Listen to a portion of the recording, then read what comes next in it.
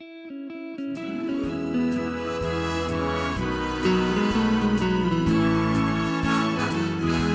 a beautiful morning, it's a wonderful day,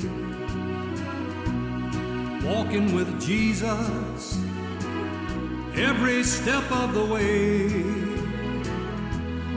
He's got a blessing waiting for you today. It's a beautiful morning, it's a beautiful morning, it's a wonderful day. It's a beautiful morning,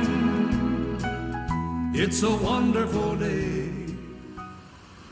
எங்கள் நேச பிதாவே, உடைய அன்பின் குமாரனாகிய இயேசு கிறிஸ்துவின் உயிர்த்தெழுந்த புண்ணிய நாமத்தினாலே உடைய பாதபடியிலே பணிந்து குனிந்து உடைய நாமத்தை கர்த்தாவே ஸ்தோத்திரம் ஆராதித்து உடைய சமூகத்தில் வருகிறோம். அந்த தினந்தோறும் தேவ வார்த்தை இருக்கிற தியானத்தில் கர்த்தருடைய மகிமை வெளிப்படும்படியாக நாங்கள் வேண்டிக் கொள்கிறோம். கர்த்தருடைய வார்த்தையின் ரகசியங்கள், வியாக்கியானங்கள், ஆண்டவரே சபைக்கு செல்ல வேண்டிய சத்தியங்கள், ஆண்டவரே ஸ்தோத்திரம் கிடைக்கும்படியாக நாங்கள் வேண்டிக் கொள்கிறோம். உடைய நாமத்தை ஒருமிக்க நாங்கள் மகிமைப்படுத்தி உண்மை அறிகிற அறிவில் நாள்தோறும் வளர கர்த்தரை கிருபை தரும்படியாக ஜெபிக்கிறோம். பாடல்களிலே உடைய நாமம் மகிமைப்படட்டும். உடைய பிரசன்னத்தை நாங்கள் உணர எங்களுக்கு கிருபை தாரும். இயேசு கிறிஸ்துவின் விலையேறப்பட்ட நாமத்தில் வேண்டிக் கொள்கிறோம் எங்கள் ஜீவனுள்ள நல்ல பிதாவே, ஆமென்.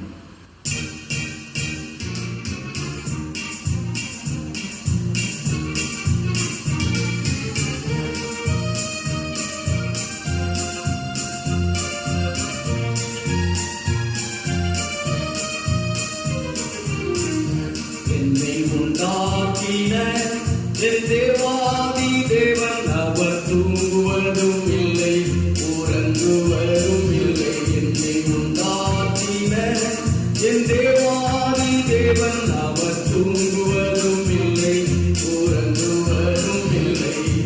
என் மேல் அவர் கண்ணை வைத்து ஆலோசனை சொல்லுவார், சத்தியத்தின் பாதையிலே நித்தமும் நடத்துவார். என் மேல் அவர் கண்ணை வைத்து ஆலோசனை சொல்லுவார், சத்தியத்தின் பாதையிலே நித்தமும் நடத்துவார். பரிசுத்த ஆவியாலே உள்ளத்தை நிரப்புவார், பரிசுத்த ஆவியாலே உள்ளத்தை நிரப்புவார். பரிசுத்தர் பரிசுத்தர் அவர் பெயரே. என்னை உண்டாக்கினர் என் தேவாதி தேவன் அவர் தூங்குவதும் இல்லை, உறங்குவதும் இல்லை.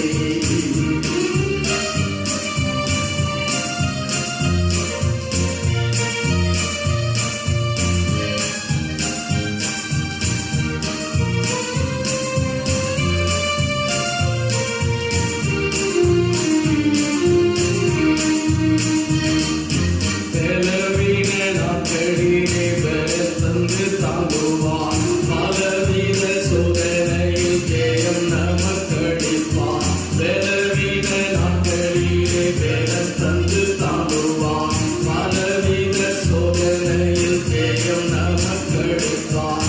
ஆபத்து காலத்தில் அரணான கோட்டையும், ஆபத்து காலத்தில் அரணான கோட்டையும், கேடகமும் துருகமும் பெறனவரே. என்னை உண்டாக்கின என் தேவாதி தேவன் அவர் தூங்குவதும் இல்லை, உறங்குவதும் இல்லை. என்னை உண்டாக்கின என் தேவாதி தேவன் அவர் தூங்குவதும் இல்லை, உறங்குவதும் இல்லை.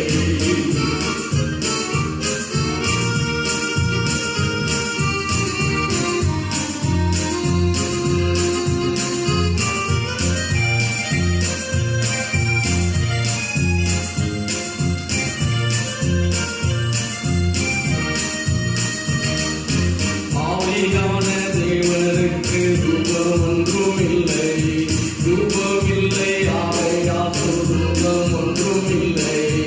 ஆவியான தேவனுக்கு ரூபம் ஒன்றும் இல்லை, ரூபம் இல்லை. ஆவையாசோ ரூபம் ஒன்றும் இல்லை. வாஞ்சையுள்ள ஆத்துமாவின் இருதயம் தன்னிலே, வாஞ்சையுள்ள ஆத்துமாவின் இருதயம் தன்னிலே, வார்த்தையாலே பேசுகின்ற ஆண்டவர்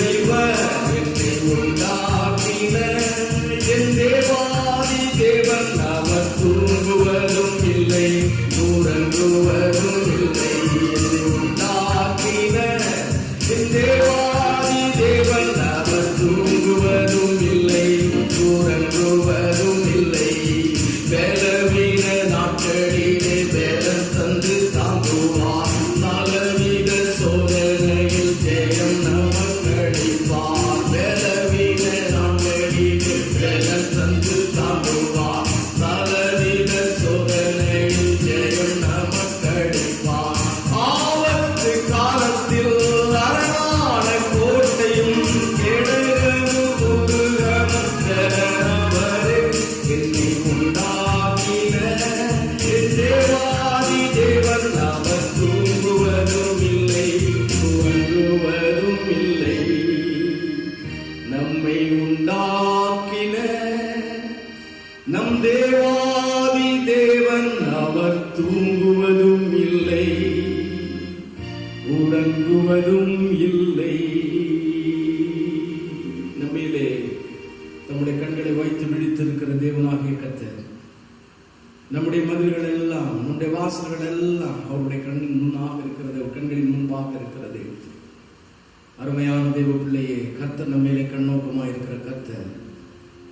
இயேசுவே உமக்கு ஸ்தோத்திரம். ஆமென்.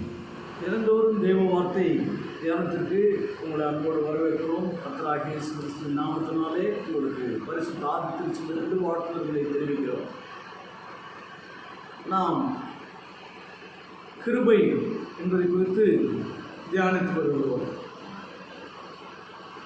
நாம் தேவனுக்கு விரோதிகளாய், அந்நியராய், மனதிலே அந்நியராய், சத்துருக்களாய், அக்கிரமத்திலும் பாவத்திலும் மரித்து போயிருந்த நிலைமையிலே தேவன் நம்மை கிறிஸ்துவோடு கூட எழுப்பினார். அவருடைய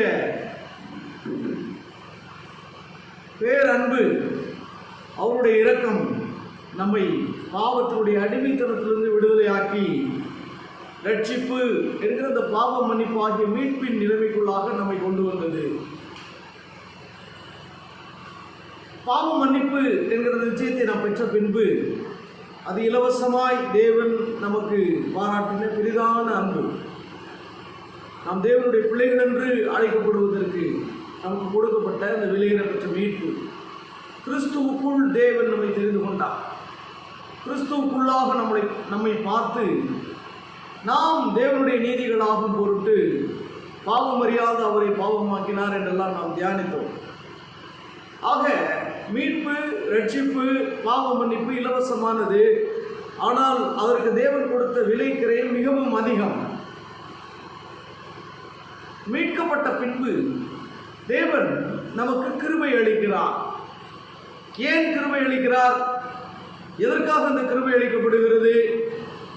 அந்த கிருபை நமக்கு அளிக்கப்படுவதனுடைய தகுதி என்ன இருக்கிறது என்று பார்த்தோமானால் ஒன்றுமில்லை என்று நாம் தியானித்தோம். It's an undeserving mercy, undeserving gift, unmerited favor, that is grace. தகுதி இல்லாத ஒருவனுக்கு தேவன் அருளுகிற மிகப்பெரிய ஒரு வெகுமதி, பரிசு. ஏன் தேவன் அருளுகிறார்? தெரியவில்லை. அவர் தேவன். ஏன் மனிதனுக்கு அவைகளை தர வேண்டும்? நாம் அதிகமாய் புரிந்து கொண்டவர்கள் இல்லை. ஆனால் அவர் தேவன். அவர் கொடுக்கிறார், இலவசமாய் கொடுக்கிறார். It's a gift. மிகப்பெரிய வெகுமதி, கிருபை. அதற்கு ஏதாவது இந்த தகுதி பாராட்டினாரா? தகுதியை எதிர்பார்த்தாரா? இல்லை. மகன், மகள் என்கிற அந்த சுவீகார புத்திரத்தின் ஆவியை உடையவர்களாக நாம் இருக்கிற பொழுது நம்மை ஏற்றுக்கொண்ட தேவன் குமாரன் என்றும் குமாரத்தி என்றும் அந்த புத்திர சுவீகாரத்தை அருளின உடன் நமக்கு கொடுக்கிறதான இலவசமான மிகப்பெரிய பரிசு கிருபை என்று நாம் பார்த்தோம். கடந்த சில நாட்களாக அவைகளை நாம் தியானித்துக் கொண்டே வருகிறோம். ஒரு மனிதன் ஒரு கொலையை செய்து விடுகிறான் என்று வைத்துக் கொள்வோம். அவன் அதற்கான தண்டனை தீர்ப்பை அனுபவித்து சிறையிலிருந்து ஒரு குறிப்பிட்ட வருடங்கள், 20 வருடமோ 21 வருடமோ அவனுக்கு நியமிக்கப்பட்ட தண்டனை காலத்தை முடித்து அவன் வெளியே வருகிறான் என்று வைத்துக் கொள்வோம். அவனுடைய மனைவி ஏற்பாளா? தெரியாது. அவருடைய தாய் தந்தை ஏற்பார்களா? தெரியாது. அவருடைய உற்றார் உறவினர்கள், நண்பர்கள், பிள்ளைகள் ஏற்றுக்கொள்வார்களா தெரியாது. ஒருவேளை ஏற்றுக்கொள்ளலாம் அல்லது ஏற்றுக்கொள்ளாமல் போகலாம். அவனை உதாசீனப்படுத்தலாம் அல்லது நிராகரிக்கலாம் அல்லது அவனை ஏற்றுக்கொண்டு வரவேற்கலாம். ஆனால் அவனை பார்க்கிற பொழுதெல்லாம் அவர்கள் இருதயத்தில் மேலெழும்புகிற அவருடைய உள்ளத்தினுடைய பிரதிபலிப்பு என்னவென்றால், அவனை பொறுத்த மட்டும் அவன் கொலைகாரன், அவன் ஒரு கொலையை செய்தவன், அவன் ஒரு கொலைபாதகன். இனிமேல் கொலை செய்வானா தெரியாது. இனி கொலை செய்வதை நிறுத்திவிடப் போகிறானா தெரியாது. அவன் நல்லவனாய் வாழ்வதற்கான சந்தர்ப்பத்தை அவன் பயன்படுத்தி கொண்டானா தெரியாது என்ற நிலைமையில தான் மனிதர்கள் அவனை காண்பார்கள். உற்றார்கள், உறவினர்கள், நண்பர்கள், மனைவி, பிள்ளைகள் யாருமாக இருந்தாலும் சரி, அவர்கள் அப்படித்தான் அவனை பார்ப்பார்கள். கவனிங்கள், பாவம் ஒரு மனிதனை குறுக வைத்திருக்கிறது. அவனுடைய ஸ்டேச்சர், அவனுடைய குணாதிசயங்களிலே, அவனுடைய தன்மைகளிலே ஒரு சேதாரத்தை விளைவித்திருக்கிறது. அவன் மனம் திரும்பி இருந்தாலும் அவனுக்குள்ளே ஒரு குற்ற உணர்வு, அந்த குற்ற உணர்வினால் பீடிக்கப்பட்டவனாகத்தான் அவன் இருக்கிறான். இதை குறித்து ஏற்கனவே உங்களுக்கு வியாக்கியானத்தில் சொல்லியிருந்தேன். தேவன் இந்த உணர்வு அவனிடத்திலிருந்து மறைக்கப்பட வேண்டும் அல்லது அந்த உணர்வு அவனை விட்டு நீக்கப்பட வேண்டும் என்று சொல்லி அவர் தம்முடைய கிருபை என்கிற அந்த வெகுமதியை அவனுக்கு கொடுக்கிறார். அந்த கிருபை அந்த திரளான பாவங்களுடைய தன்மைகளை, மனப்பான்மைகளை அல்லது அந்த குணாதிசயத்தில் ஏற்பட்டிருக்கிற ஒரு தாழ்வு நிலைமையை அவனை விட்டு நீக்கி போடுகிறது. அந்த கிருபைக்காக நாம் ஆண்டவருக்கு மிகுந்த நன்றி செலுத்த வேண்டியவர்களாக இருக்கிறோம். இந்த கிருபை எல்லாருக்கும் இலவசமாய் கிடைக்கிறது. இயேசு கிறிஸ்துவே கிருபைதான். அவருடைய பரிபூரணத்தினால் நாம் கிருபை பெறுகிறோம். கிருபையும் சத்தியமும் இயேசு கிறிஸ்துவின் மூலமாய் நமக்கு கொடுக்கப்பட்டன. எப்படி நியாயப்பிரமாணம் மோசையின் மூலமாய் கொடுக்கப்பட்டதோ அதே போல கிருபையும் சத்தியமும் இயேசு கிறிஸ்துவின் மூலமாய் நமக்கு வெளியிறக்கமாக்கப்பட்டிருக்கிறது, நமக்கு அருளப்பட்டிருக்கிறது. இன்றைக்கு பவுல் அப்போஸ்தலனுடைய வாழ்க்கையிலே அந்த கிருபை என்ன செய்தது என்று நாம் புரிந்து கொள்வோம். தொடர்ச்சியாக வருகிற நாட்களிலே இந்த கிருபை குறித்த தியானத்தை நாம் அதிகமாய் மேற்கொள்வோம். கொரிந்தியருக்கு எழுதின 2வது நிருபம் 12வது அதிகாரம் 1 வசனம், அதிலிருந்து 10 முடிவுள்ள வசனங்களை நான் உங்களுக்கு வாசிக்க போகிறேன். மேன்மை பாராட்டுகிறது எனக்கு தகுதி அல்லவே, ஆகிலும் கர்த்தர் அருளிய தரிசனங்களையும் வெளிப்படுத்துதல்களையும் சொல்லுகிறேன். கிறிஸ்துவுக்குள்ளான ஒரு மனிதனை அறிவேன். அவன் 14 வருஷத்திற்கு முன்னே 3ஆம் வானம் வரைக்கும் எடுக்கப்பட்டான். அவன் சரீரத்தில் இருந்தானோ சரீரத்துக்கு புறம்பாயிருந்தானோ அதை அறியேன், தேவன் அதை அறிவார். அந்த மனிதன் பரதீசுக்குள் எடுக்கப்பட்டு மனுஷர் பேசப்படாததும் வாக்கு கெட்டாததுமாய வார்த்தைகளை கேட்டான் என்று அறிந்திருக்கிறேன். அவன் சரீரத்தில் இருந்தானோ சரீரத்துக்கு புறம்பாயிருந்தானோ அதை அறியே, தேவன் அறிவார். இப்படிப்பட்டவனை குறித்து மேன்மை பாராட்டுவேன். ஆனாலும் என்னை குறித்து என் பலவீனங்களிலே அன்றி வேறொன்றிலும் மேன்மை பாராட்ட மாட்டேன். அப்போஸ்தலனாகிய பவுல், அவருக்கு ஏராளமான தரிசனங்கள், வெளிப்படுத்துதல்கள் கொடுக்கப்படுகிறது. இது அவருடைய ஊழியம். இதற்காகவே தேவன் அவரை தெரிந்து கொண்டார். உலகம் முழுவதிலும் உள்ள சபைகளுக்கு, உலகம் முழுவதும் மறைந்து வியாபித்திருக்கிற சபைக்கு, தேவனுடைய ஜனங்களுக்கு கர்த்தருடைய வெளிப்படுத்துதல்களையும் தரிசனங்களையும் அவன் கொடுத்தாக வேண்டும். இந்த பரதீசுக்குள் எடுத்துக்கொள்ளப்பட்ட மனிதன் இவன் தான் என்று சொன்னாலும் இதை குறித்து அவன் அதிகமாய் பேசவில்லை, பிரஸ்தாபிக்கவில்லை. இதை குறித்து அவன் உபதேசிக்கவில்லை. என்னை எடுத்துக்கொண்டது போல உன்னையும் பரதீசுக்குள் எடுத்துக்கொள்வார் என்றெல்லாம் அவன் வியாக்கியானப்படுத்தவில்லை. அதை குறித்து அவன் மேன்மை பாராட்டவில்லை. அவன் மேன்மை பாராட்டுவதற்கு ஒரு முகாந்திரம் இருந்தது. காரணம் என்னவென்றால் அவனுக்கு அதிகமான வெளிப்பாடுகள் கொடுக்கப்பட்டது, அதிக தரிசனங்கள் கொடுக்கப்பட்டது. ஆகவே ஒருபுறம் அவனுக்கு கொடுக்கப்பட்ட வெளிப்பாடுகள், தரிசனங்கள், இவைகள் ஊழியங்கள். இவைகள் மூலமாய் தேவனுடைய நாமம் மகிமைப்பட வேண்டும், தேவனுடைய ரகசியங்கள் பூமிக்கு தெரியப்படுத்தப்பட வேண்டும். இவைகள் துரைத்தனங்களுக்கும் அதிகாரங்களுக்கும் தெரியப்படுத்தப்பட வேண்டும், வான தூதர்களுக்கு தெரியப்படுத்தப்பட வேண்டும், சபை விசுவாசிகளுக்கு தெரியப்படுத்தப்பட வேண்டும், உலகத்திற்கு தெரியப்படுத்தப்பட வேண்டும். ஒரு மாபெரும் ஊழியம். ஆகவே அந்த ஊழியத்திற்கான கிருபைகள், அந்த ஊழியத்திற்கான தரிசனங்கள், வெளிப்பாடுகள் அவனுக்கு அதிகமாய் கொடுக்கப்படுகிறது. இன்னொரு புறம் அவன் இவைகளை குறித்து மேன்மை பாராட்டலாம். இவைகளை குறித்து மேன்மை பாராட்டி இதே ஊழியமாகவும் கூட மாற்றிவிடலாம். ஆனால் அந்த காரியத்தை பவுல் அப்போஸ்தலன் செய்யவே இல்லை.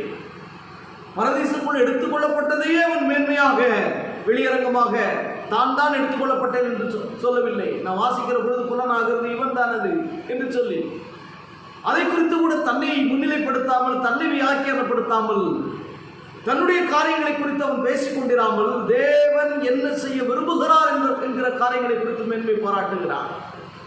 கவனியுங்கள், இப்பொழுது 4வது வசனத்திலே நான் வாசிக்கிறேன். அவன் சரீரத்தில் இருந்தானோ சரீரத்துக்கு புறம்பே இருந்தானோ அதை அறியேன், தேவன் அறிவார். 6வது வசனம், சத்தியமானதை நான் பேசுகிறேன், நான் மேன்மை பாராட்ட மனதாய் இருந்தாலும் நான் புத்தியினன் அல்ல. ஆனால் ஒருவனும் என்னிடத்தில் காண்கிறதற்கும் என்னாலே கேட்கிறதற்கும் மேலாக என்னை எண்ணாதபடிக்கு அப்படி செய்யாதிருப்பேன். ஒரு முடிவுக்கு வந்துட்டாரு. என்ன முடிவுக்கு வந்து விட்டார் என்றால், நான் இவைகளை குறித்து மேன்மை பாராட்டி பேச மாட்டேன். சரி, அடுத்து 7வது வசனம், அன்றியும் எனக்கு வெளிப்படுத்தப்பட்டவர்களுக்குரிய மேன்மை நிமித்தம் நான் என்னை உயர்த்தாதபடிக்கு என் மாம்சத்திலே ஒரு முள் கொடுக்கப்பட்டிருக்கிறது.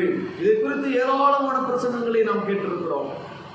சிலர் மனைவி என்றார்கள், சிலர் பிள்ளை என்றார்கள், சிலர் அவனோடு கூட இருந்த உடன் ஊழியர்கள் என்றார்கள், சிலர் அவன் சரீரத்திலே மகா கொடிய வியாதி அவனுக்குள் இருந்தது, பலவீனம் இருந்தது என்று அவர்கள் சொன்னார்கள். இப்படி பல வியாக்கியானங்களை நாம் கேட்டிருக்கிறோம். ஆனால் இந்த வசனம் சொல்வதை நாம் கொஞ்சம் கவனமாய் கேட்போம். ஆவியானுடைய துணையோடு ஆவியானவர் நமக்கு ஊழியம் செய்யும்படியாக நம்மை தாழ்த்தி கேட்போம். எனக்கு வெளிப்படுத்தப்பட்டவர்களுக்குரிய மேன்மை நிமித்தம் நான் என்னை உயர்த்தாதபடிக்கு. இவன் மனிதன் தான் பாருங்கள். அப்போஸ்தலனாக இருந்தாலும், கர்த்தரை அவன் தரிசித்திருந்தாலும், கர்த்தராலே மிகப்பெரிய அழைப்பை அவன் பெற்றிருந்தாலும், ஒருபுறம் அவன் மனிதன் தான், அவன் தேவன் அல்ல.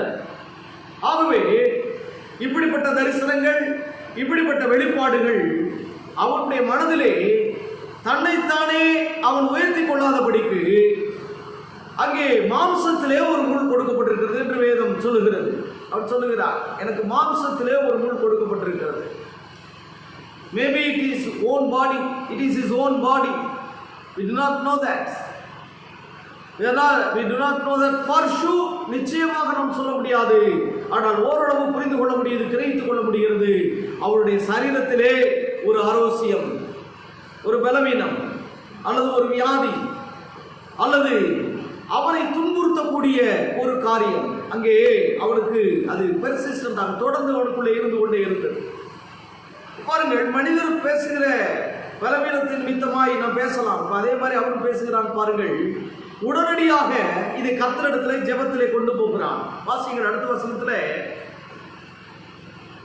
அது நான் என்னை உயர்த்தாதபடிக்கு என்னை குட்டும் சாத்தானுடைய தூதுவனாய் இருக்கிறது, அது என்னை விட்டு நீங்கும்படிக்கு நான் 3 தரம் கர்த்தரிடத்திலே வேண்டிக் கொண்டேன். நம்முடைய அநேக ஜெபங்கள் தேவ தீர்மானத்தை நமக்குள் உறுதிப்படுத்துகிற ஜெபங்களாக இருக்கிறதா என்பதை நாம் அடிக்கடி பரிசோதிக்க வேண்டியவர்களாக இருக்கிறோம். பொதுப்படையான ஜெபங்கள், கடகடவென்று சொல்லுகிற ஜெபங்கள், கடகடவென்று ஏறெடுக்கப்படுகிற பிரார்த்தனைகள், அவைகளெல்லாம் ஆவியானவராலே நடத்தப்பட்டு கொடுக்கப்பட்டிருந்தாலும் கர்த்தரிடத்திலிருந்து வருகிற ஜெபம் எப்படிப்பட்டது? கர்த்தர் நம்மை ஏவி, நம்மை தூண்டி அல்லது கர்த்தருடைய பதிலை உறுதிப்படுத்திக் கொள்ளத்தக்க விதத்திலே நாம் செய்யக்கூடிய ஜெபங்கள் எப்படி இருக்கிறது என்பதை நாம் ரொம்ப கவனமாக இருந்து கற்றுக்கொள்ள வேண்டும். இந்த காலகட்டங்களில் நீங்கள் விழித்திருந்து ஜெபம் பண்ணக்கூடாதா என்று கர்த்தர் கேட்கிறது. இரவு முழுவதும் விழித்திருக்கிறதை பற்றி அநேகர் சொல்லுகிறார்கள். ஆனால் வேதம் நமக்கு தெளிவாக போதிக்கிறது, நம்முடைய ஆவியிலே தெளிவுள்ளவர்களாய் விழித்திருக்கிறவர்களாய் நாம் இருந்து ஜெபிக்கிறோமா, நம் ஆவியிலே விழித்திருக்கிறவர்களாய் நாம் இருப்போமானால் கர்த்தர் நமக்கு கொடுக்கக்கூடிய ஆலோசனைகள் அல்லது கர்த்தருடைய தீர்மானம் அல்லது கர்த்தருடைய முடிவான காரியங்கள் இவைகள் நமக்கு வெளிப்படுத்தப்படுகிற பொழுது அவைகளை குறித்து நாம் பேசுகிறோமா, பிரார்த்திக்கிறோமா, விண்ணப்பிக்கிறோமா, ஸ்தோத்தரிக்கிறோமா, அல்லது அவைகளை பத்திரப்படுத்துகிறோமா, அல்லது அவைகள் பின்னுக்கு தெரியப்படுத்தப்படும்படி நமக்கு கொடுக்கப்படுகிறதா அல்லது இப்பொழுதே அறிவிக்கப்படும்படி நமக்கு கொடுக்கப்படுகிறதா என்பதெல்லாம் நாம் கவனிக்க வேண்டும். உண்மையான ஜெபம் கர்த்தரிடத்திலிருந்து பதிலையும் நமக்குள்ளே அனுப்பி கொண்டே இருக்கிற பொழுது எதை குறித்து நாம் ஜெபிக்க வேண்டும் என்பதை குறித்து நமக்குள்ளே உணர்வை ஏற்படுத்தக்கூடியதாக இருக்கும். கவனிங்கள், அவன் சொல்லுகிறான், அது என்னை விட்டு நீங்கும்படிக்கு நான் 3 தரம் கர்த்தரிடத்தில் வேண்டிக் கொண்டேன். அதற்கு அவர், என் கிருபை உனக்கு போதும், பலவீனத்திலே என் பலம் பூரணமாய் விளங்கும் என்றார். நீ உன்னை உயர்த்தாதபடிக்கு, உனக்கு கொடுக்கப்பட்டிருக்கிற வெளிப்பாடுகளின் நிமித்தம் உன்னை நீ மேன்மைப்படுத்தாதபடிக்கு, உன்னை குட்டக்கூடிய சாத்தானுடைய தூதனாக இருந்தாலும் நான் அந்த பலவீனத்திலே என்னுடைய கிருபையை நான் உனக்கு அனுப்புவேன். உன்னுடைய பலவீனத்திலே என்னுடைய பலம் பூரணமாய் விளங்கும்படியான சுத்த கிருபையாக அது இருக்கும். கவனிப்போம். அதற்கு ஆண்டவர் சொல்லுகிற பதினுடைய ஆரம்பத்தை பாருங்கள். என் கிருபை உனக்கு போதும். அந்த மாம்சத்திலே கொடுக்கப்பட்டிருக்கிற முள் உன்னை குத்தாதபடிக்கு, அல்லது அந்த மாம்சத்திலே கொடுக்கப்பட்டிருக்கிற முள் உன்னை உயர்த்தி கொள்ளுகிற காரியத்தை தடை செய்வதற்கு என்றெல்லாம் நீ குழப்பிக் கொள்ளவெல்லாம் வேண்டாம். என்னுடைய கிருபை உனக்கு பரிபூர்ணமாக இருக்கும். என்னுடைய கிருபை உனக்கு போதுமானதாக இருக்கும். உன்னுடைய எந்த பலவீனமாக இருந்தாலும் அந்த பலவீனத்திலே என்னுடைய இலவசமான மிகப்பெரிய வெகுமதியான கிருபை உனக்கு போதுமானதாக இருக்கும் பவுலே என்று கர்த்தர் அவனுக்கு பதில் கொடுக்கிறார். பாருங்க, உடனே பவுலுக்கு ஒரு பதில் கிடைத்த சந்தோஷத்திலே அவன் என்ன சொல்லுகிறான்? அடுத்த வசனத்தை கவனிங்கள். ஆகையால் கிறிஸ்துவனுடைய வல்லமை என் மேல் தங்கும்படி என் பலவீனங்களை குறித்து நான் மிகவும் சந்தோஷமாய் மேன்மை பாராட்டுவேன். அப்ப கிருபை என்பதற்கு பதில் ஓரளவு நமக்கு கிடைக்கிறது. பாருங்கள், அது கர்த்தருடைய வல்லமை. கர்த்தருடைய வல்லமை கர்த்தருடைய வல்லமை உங்களுக்கு கிடைக்கிற பொழுது, நமக்கு கிடைக்கிற பொழுது, அது மிகப்பெரிய கிருபையாக, கிருபையின் சாராம்சமாக இருக்கிறது. அன்பான தேவனுடைய சந்ததியே, அன்பான கர்த்தருடைய பிள்ளையே, அருமையான தேவனுடைய பிள்ளையே, தேவனுடைய மகனே மகளே, உன்னுடைய பலவீனத்திலே தேவன் தம்முடைய வல்லமை அனுப்புகிறது தான் கிருபை. வல்லமையினுடைய ஒரு பகுதி கிருபை, அல்லது கிருபை வல்லமை, தேவனுடைய வல்லமையை உள்ளடக்கியது. அந்த வல்லமை நம்மையிலே தங்கும்படி தேவன் விரும்புகிறார். நம் தலைகளை தாழ்த்துவோம். நல்ல தகப்பனே, இயேசு கிறிஸ்துவின் விலையேறப்பட்ட நாமத்தினாலே உங்களுடைய அன்பின் சமூகத்துக்குள்ளே கடந்து வருகிறோம். என்னுடைய பலவீனங்களில் ஆண்டவரை நாங்கள் பரிதபிக்காதபடி, எங்களுடைய பலவீனமான நேரங்களிலே நாங்கள் பரிதபித்து அந்த பரிதாபத்திலேயே நாங்கள் அவிழ்ந்து போகாதபடி உம்முடைய சுத்த கிருபை நீர் அனுப்புவதற்கு நீர் சித்தம் கொண்டிருக்கிறபடினாலே நாங்கள் நன்றியோடு நினைவு கூறுகிறோம், நன்றி செலுத்துகிறோம், மிகுந்த நன்றி உடையவர்களாக இருக்கிறோம். எங்களுடைய பலவீனங்களிலே உம்முடைய வல்லமை எங்கள் மேலே தங்குவதற்காக, அது கிருபை என்கிற அந்த பாத்திரத்தின் வழியாக எங்களுக்கு கொடுக்கப்படுவதற்காக ஸ்தோத்திரம். உமக்கு நன்றி செலுத்துகிறோம் ஆண்டவரே. இந்த உலகத்திலே நாங்கள் வாழ்கிற அந்த காலகட்டங்களிலே பலவிதமான பலவீனங்கள் எங்களை தாக்குகிறது நீர் அறிவி. அவைகள் எல்லாவற்றையும் நாங்கள் எங்களை விட்டு நீங்கி போகும்படி நாங்கள் ஒப்புக் கொடுக்காமல், வேண்டிக் கொள்ளாமல், இப்படிப்பட்ட பலவீனமான சூழ்நிலைகளிலே உம்முடைய கிருபை எங்களுக்கு போதுமானதாக இருக்கட்டும் என்று நாங்கள் வேண்டிக் கொள்கிறோம். எங்களோடு கூட நீர் பேசி இடைவிடுவதற்காக ஸ்தோத்திரம். என்னுடைய எண்ணங்களிலே பரிசுத்த ஆவியானுடைய புதிதாக்குதலை நீர் ஏற்படுத்துவதற்காக ஸ்தோத்திரம். இயேசு கிறிஸ்துவின் நாமத்தில் வேண்டிக் கொள்கிறோம், நன்றி செலுத்துகிறோம். நல்ல பிதாவே, கர்த்தர் உங்களை ஆசீர்வதிப்பாராக. ஆமென்.